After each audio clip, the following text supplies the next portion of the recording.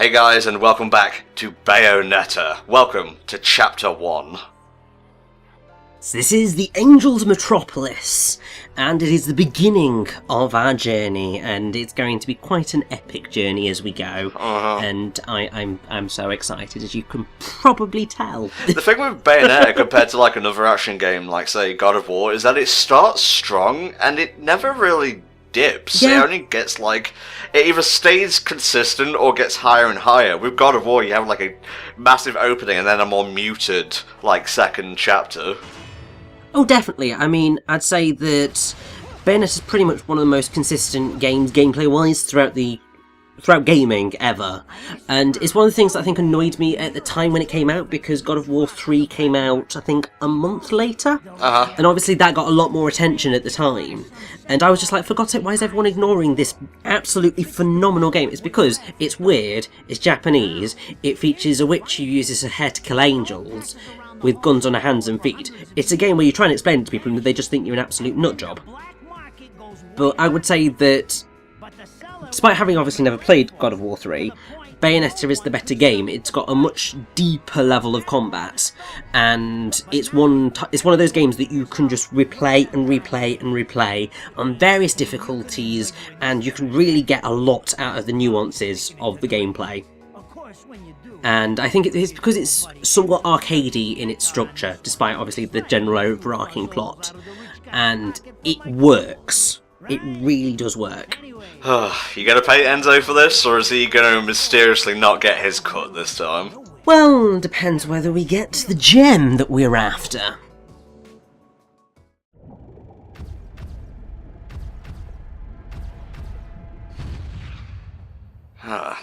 Really gotta stop drinking before I go to bed.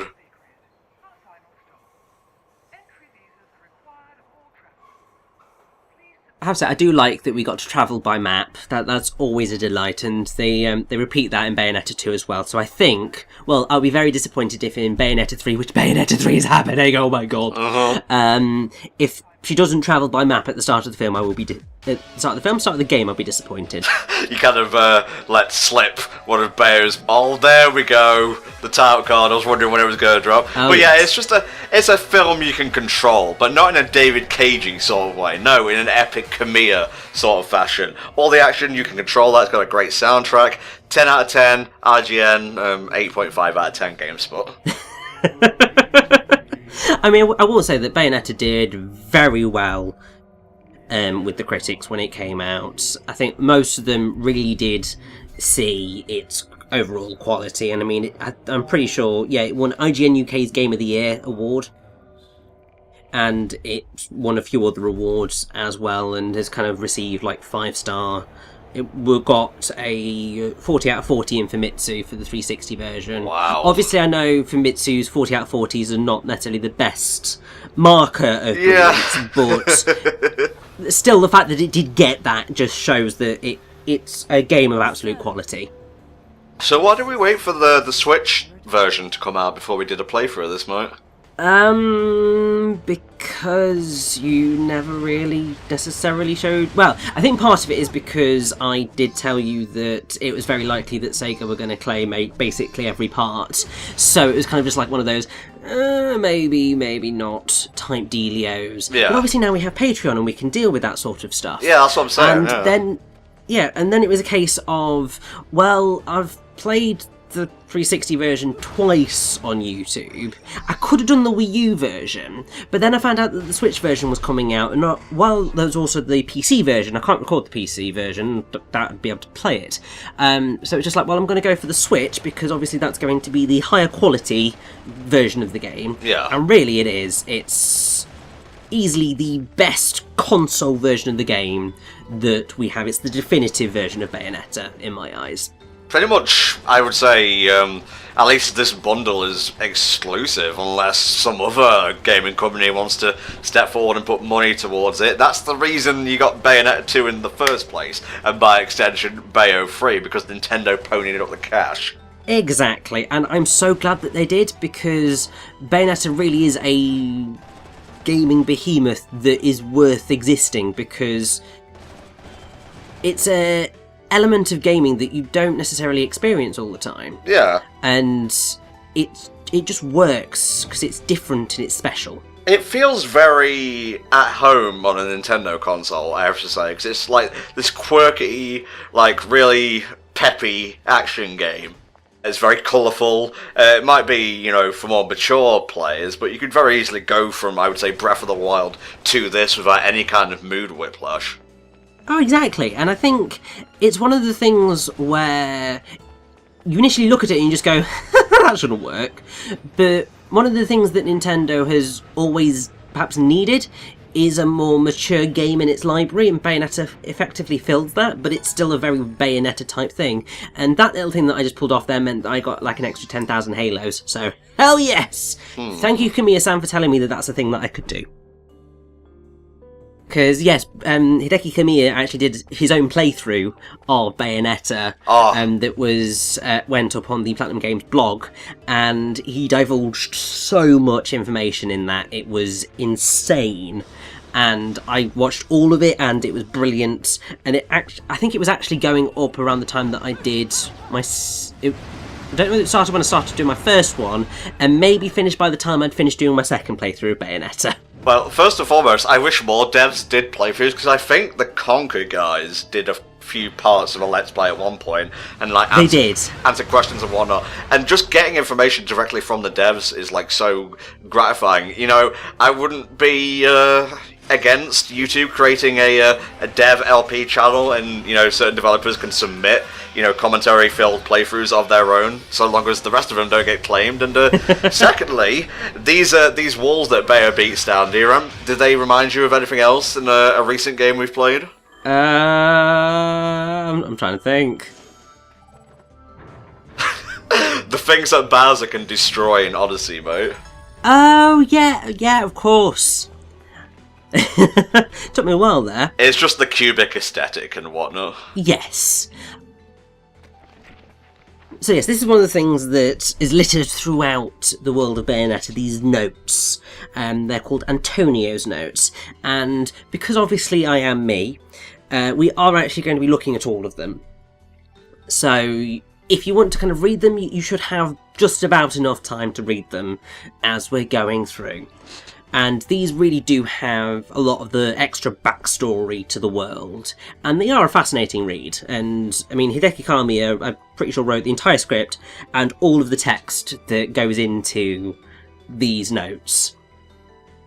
And then they were all translated by J.P. Kellums, who unfortunately has now left Platinum Games. Oh, that sucks. But he had a lot of influence over the English translation of the game, and he was kind of the driving force behind some of the things like the use of the language of Enochian, which I'll go more into later in this part, actually, and various other things. So both of those two as writers, just brilliant.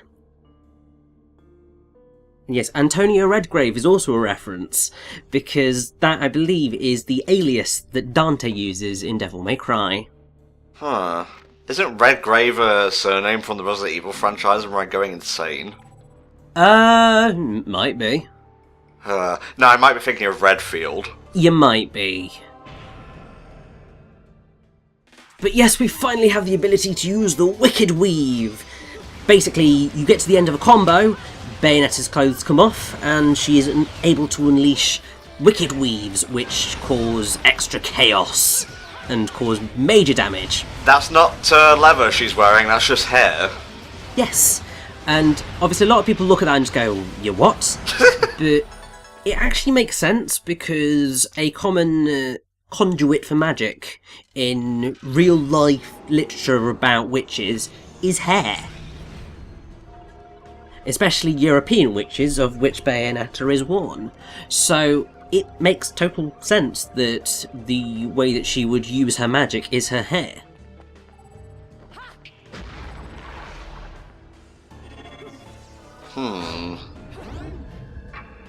So yes, we get to walk on water in this game, so we're basically Jesus. Jesus Witch. With the... God. Now I just want a mod of Bayonetta where you play as Jesus instead. Jesus Netta. don't really roll off the tongue. No, where are you it going? There's a doesn't. platform back there, mate. Get on There's it. a platform, but there's a hidden verse that I want to go to, because there are a few of these hidden throughout the game. And if you want to get that platinum ranking, you've got to do them, because missing out a verse means that you'll sort of effectively get knocked down in terms of your final ranking at the end of a chapter.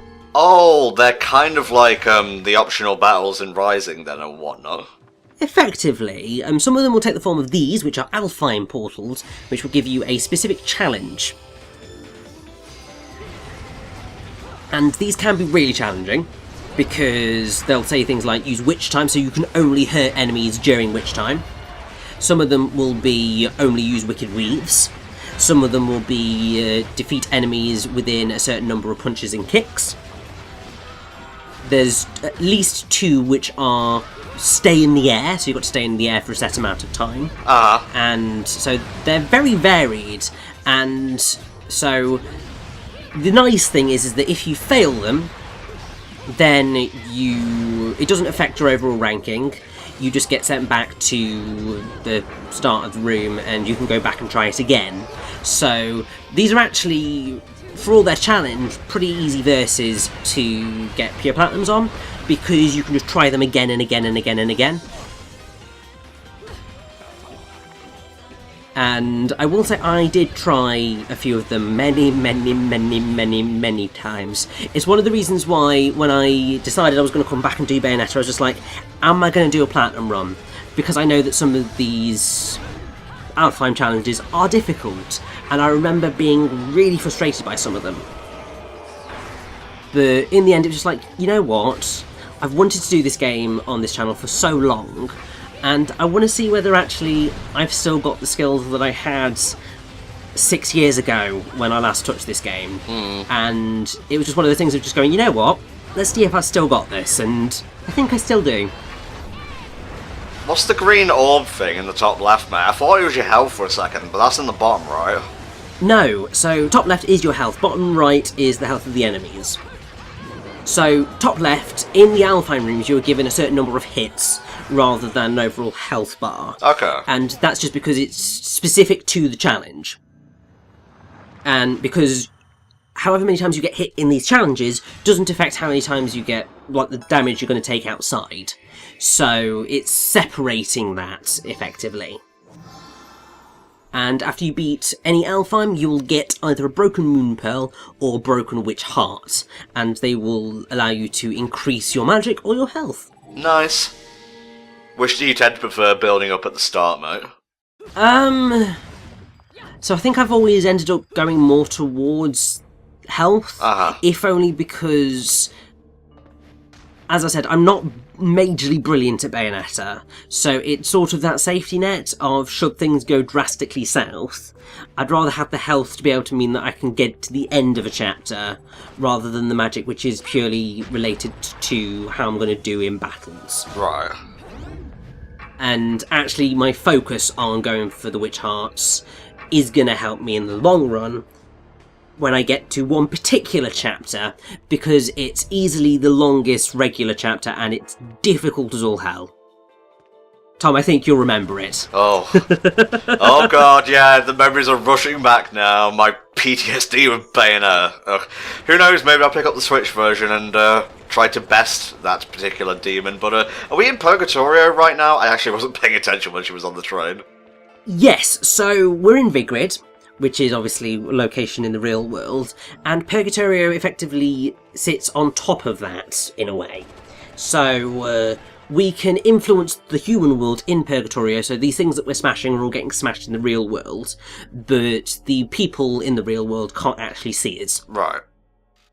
And vice versa, if we were out in the real world, the angels, while they'd be able to see us, we wouldn't be able to see them, necessarily. So we have to go into Purgatorio in order to kill the angels.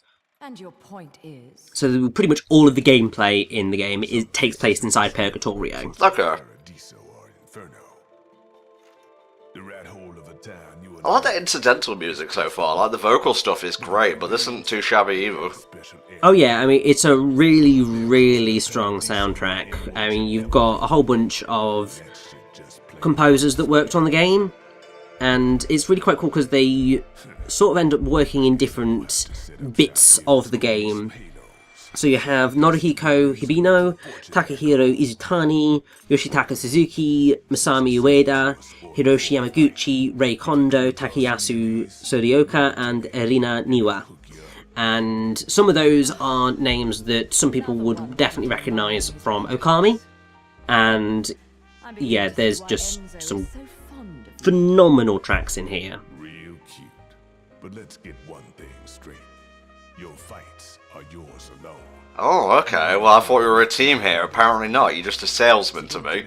Yeah, he's just an arms dealer, but I mean, he does sort of care, but still, he does need to get one thing straight. I'm not the slightest bit interested in the fact that you made these guns. Oh, sassy. I like it. If you get in Yes, my way, quite right. Oh, it's this line. let's put it. Oh yes, bust a cap in your ass. Damn, Bayo. Right on, baby. He likes it as well. Well, of course, he's the one who was saying "beautiful" in the tutorial bit, so he likes Bayonetta's sass. Alright, let's move on. Well, not quite yet, because if we jump up here, there is a broken witch heart. There's a few nifty little hidden secrets like that, and I think we are going to go into the Gates of Hell, because I want to pick up a few moves. Because the Gates of Hell is your shop. Ah, This is the first time you encounter it, so this is the first time that you can actually buy anything. It's definitely helpful to do. I mean, there is definitely after chapter 5 you definitely want to come in here, because there are certain things that, for the love of God, you need to buy. Here for business. But outside of that, there's other things that are quite useful. So you can get weapons, which we can't get right now because they don't exist. You can Aw. get accessories, but we don't have the money for that. And then you can buy witch hearts and moon pearls from here as well. This is mainly what I wanted to come in here for. I want the air dodge, because that's very helpful. And then there are a few other moves that are pretty awesome as well. Afterburner Kick, Tetsuzanko, Heel Stomp are kind of the ones that I would recommend. Stiletto is also quite helpful. the Afterburner kick is also the Red Hot kick from Beautiful Joe. Indeed it is. These are all of the items that you can get that are very helpful, but they're very expensive, so we're not getting those. And there's nothing in Rodan's Treasures at the minute. What will be in Rodan's Treasures is effectively costumes that you can buy, but you can't really get any until you've got weapons later down the line, and also once you've beaten the game you can get a thing called the Super Mirror, which unlocks a whole bunch of costumes. If you're actually playing the Wii U version or the Switch version, then you can get some special Nintendo-related costumes from the off. So you can play as Princess Peach, Princess Daisy, Link, or Samus. And they all have their own unique elements to them. So with the Link outfit, when you eventually get a sword, it transforms into the Master Sword. And you get the ability of an item called the Moon of Mahakala, which allows you to parry in sort of very much the same way as you would do in Metal Gear Rising. And also the halos turn into rupees, which is a really cool little trick. And I think also if you open chests with it, you'll get the da-na-na-na sound effect. If you are in either the Princess Peach or the Princess Daisy outfits, then your Wicked Weave attack will turn from Madama Butterfly, who's your regular demon, to Bowser. So the hands and the feet will be Bowser's hands and feet, which is pretty awesome. That's great, that's great. Then the Samus outfit, you've got a whole bunch of cool things that happen with that. Your regular shots, because you can hold down the Y button and just kind of shoot randomly at things, that'll turn into like laser shots, which is quite cool. You also have the ability to, when you eventually gain the ability to dash, you can roll into a morph ball and roll along like that. And also, in cutscenes, you can lift and drop the visor. So you can get some really cool things going on in cutscenes with that. So there's a few really nifty things that they do with those outfits. Annoyingly, the visor trick isn't in Bayonetta 2, but Bayonetta 2 gets the Star Fox outfit, so you win some, you lose some. Isn't there also a Star Fox segment in Bayo 2? There may or may not very yes be. And so it's quite obviously a Star Fox section, but then there's a nice little Easter egg if you're wearing the Star Fox costume in that section.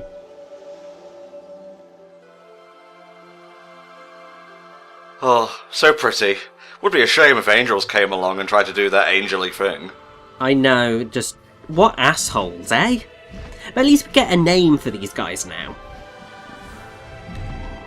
Oh, it's just the juxtaposition of these, like, really gnarly looking things with the heavenly choirs. Ugh.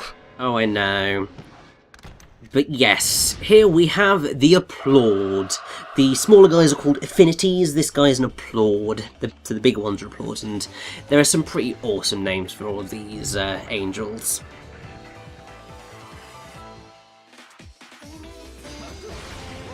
And also we get the really funky Bayonetta's theme, which is called Mysterious Destiny in this game. Nice. So they hadn't quite gotten to Tomorrow Is Mine of Bayonetta 2, so you've got this sort of very J-poppy song here, sung by Helena Nogueira, who also did the version of Fly Me to the Moon for this game. I mean, it's some interesting lyrics in this, but it can be a bit difficult to understand exactly what's going on.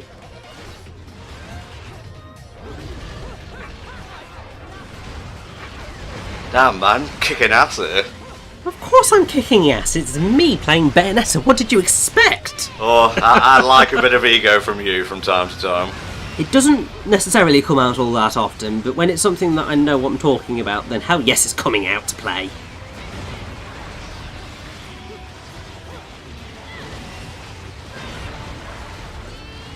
But yes, one of the combos that you'll see me do a lot throughout this game is, I think it's punch, punch, kick, kick, kick. And it's that doo-doo, she then slams her foot down, and then eventually does the kick which kind of flies out. And it's really helpful. That one's also a really helpful combo, the punch, kick, punch, because it's a way of very quickly getting out a Wicked Weave attack. Oh, there we go, big lad on scene, the absolute unit. But yes, this is a beloved, and he's sort of our first big enemy that we're going to have to deal with. He looks terrifying, but actually he's alright, because he's pretty slow, and then you really can just obliterate him very quickly with a little bit of expert manoeuvring. I mean, really, he didn't stand a chance. Kind of feel sorry for the guy, really. Like, he's obviously meant to be this huge enforcer, and you beat him effortlessly. Quite right as well, and now we get to use the climax attack, which is where you get to the end of a battle and Bayonetta will summon a demon from Inferno to come and wreak havoc. This right here is Gamora, and Gamora's pretty glorious. Beautiful.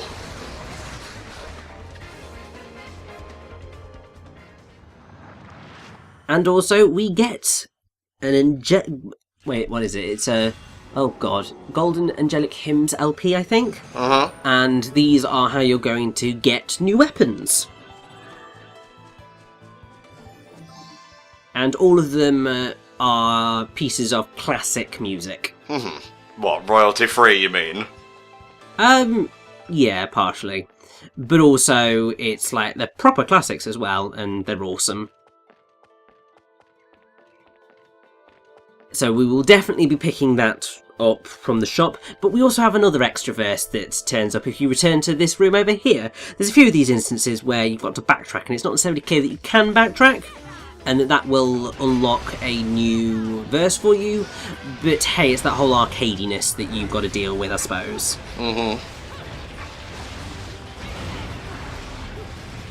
So what exactly are we working towards here in this chapter, mate? What's our goal exactly? Our goal is just to progress through Vigrid, really. Bayonetta's a very linear game in that respect. You're just going from point A to point B, but the whole gist of it is the fighting and the crazy plot that's going on. Right. And so, really, despite it being linear, it's a hack and slash type game, so you don't really get affected by that linearity. and you can sort of explore, but there's not really anywhere to explore, so it's more a case of figuring out where you want to go, when you want to go, and having a look at the gorgeous world that you're inhabiting. Pretty much, yeah, just like walking through a painting. And I have to say, that might be why I'm not exactly having much input on this one. I'm not disinterested, I swear. I really like what's going on here, but a lot of the game speaks for itself, really. Oh, definitely, and also, to be honest, I could probably talk enough for 3 people during this type of playthrough, because it's Bayonetta and I love Bayonetta, so you're not really getting a word in edgeways either way. Mm-hmm.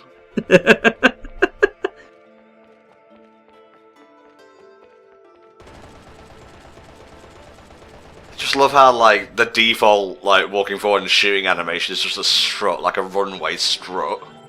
Oh, it's quite right. Why would it not be? She needs to shoot and look beautiful while she's doing it. Shootiful, if you will. Exactly. And the other quite cool thing that you can do is that, well, it's a very small little touch, but Bayonetta's Y, which is just the general shooting, it's always in a particular pattern. So she will either be shooting a little heart, or a little bee, or I think she does shoot something else. But if you just stand still and let her shoot at a wall, you can see it on the thing. So it's kind of that whole idea that every bullet has its mark for Bayonetta. Mm-hmm. Which is just a really cool way of doing it. I'll just have to pop down to the tropics for a bit. So take a load off. Is he saying he gets new weapons for Bayonetta from hell? Yes, he is. Okay.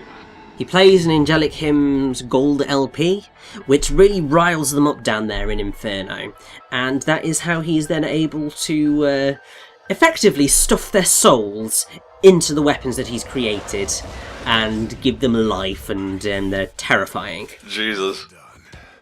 He's a little rude, but he makes up for it with charm. So this is the Onyx Roses, and they're basically a shotgun, which are quite useful.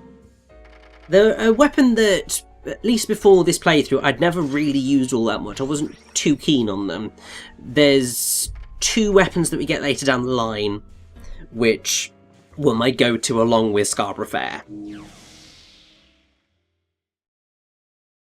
But I tried to change it up a tiny bit for this playthrough, because I thought, well, you know what?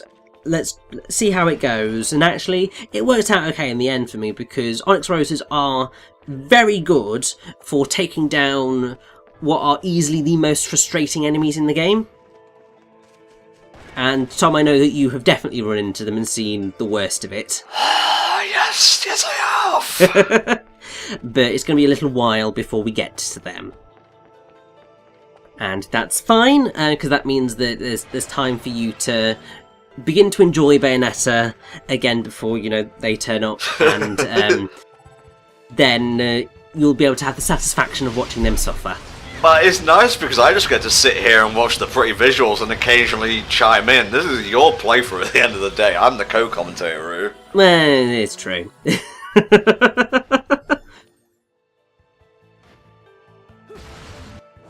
Nice.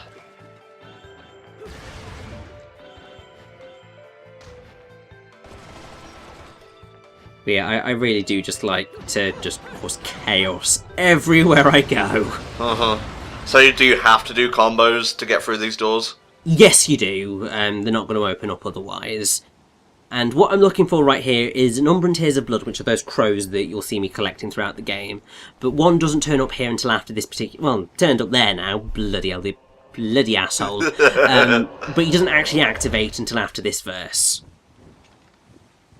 where Bayonetta has a little bit of a memory slip, I suppose, where we get this absolute beast of a gentleman. And by gentleman, I mean bloody dragon. Oh, one of these things turned up in the intro when she was fighting on the clock tower. Yes, it did indeed, and actually it was the same creature. Oh, okay. Must have a long lifespan then. Well, yes. This is Fortitudo. He'll probably get titled a little bit later, but he is the cardinal virtue of courage, I believe. So he's pretty high up there in the echelons of the angels. And I'm so annoyed that I got hit there. It was just like, really? Because I was so close to getting through the verse, because that's basically all you need to do, get rid of about half his health, and then he'll just go, I can't be bothered with this, and just fly off. Oh, I can't be doing with this. Bye. It's just like, what an absolute pussy. I don't normally use that as an insult, but it's just like, mate, seriously. You have all the power of the heavens, but you just choose to run away when you get pipped with a few things. Exactly. Oh, you almost got pure platinum. Exactly, if I hadn't got hit there, I would have gotten that pure platinum there. But hey, it's okay, because, as I said, I was only going for a platinum overall. So, pure platinums are very helpful, and I will be getting a few of them in verses throughout the playthrough, but primarily I need to at least get a platinum throughout. So, it's a balance between them all. Mm-hmm. So yes, this particular note allows you to learn about the idea of concoctions. And basically, if you're struggling with Bayonetta, then you can create health items and power-ups that you can use in battle using this concoction system. There's a few kind of various items that you've been picking up. The baked geckos, the unicorn horns, and the mandragora roots. And you can mix them together in various fashions in order to create these power-ups. And you can then effectively quick select them onto your D-pad. And then if you're struggling, you can throw one of them out and you'll be right as rain. The only thing is, in the original Bayonetta, you get penalised for using items.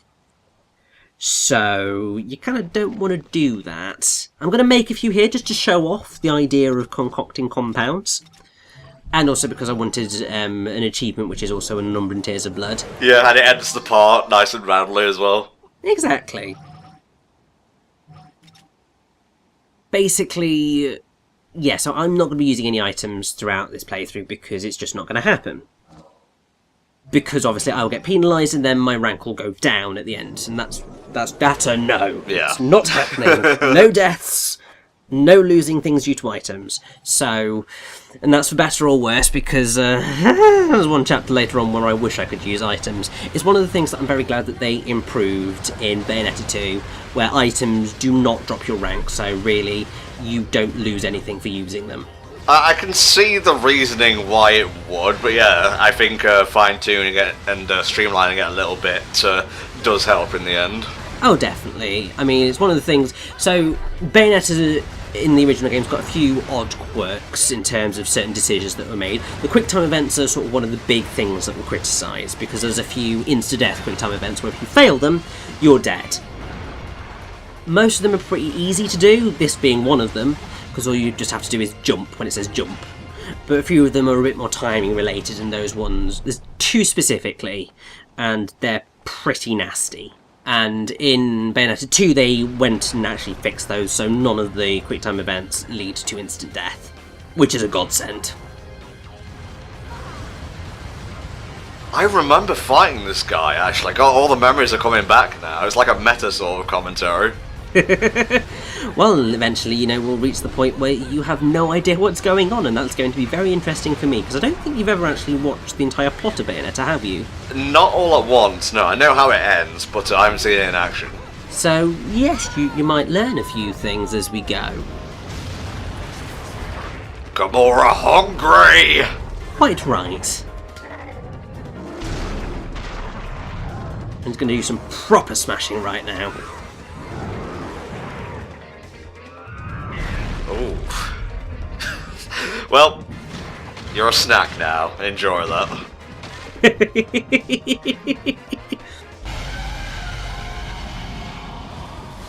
And that brings us to the end of Chapter 1.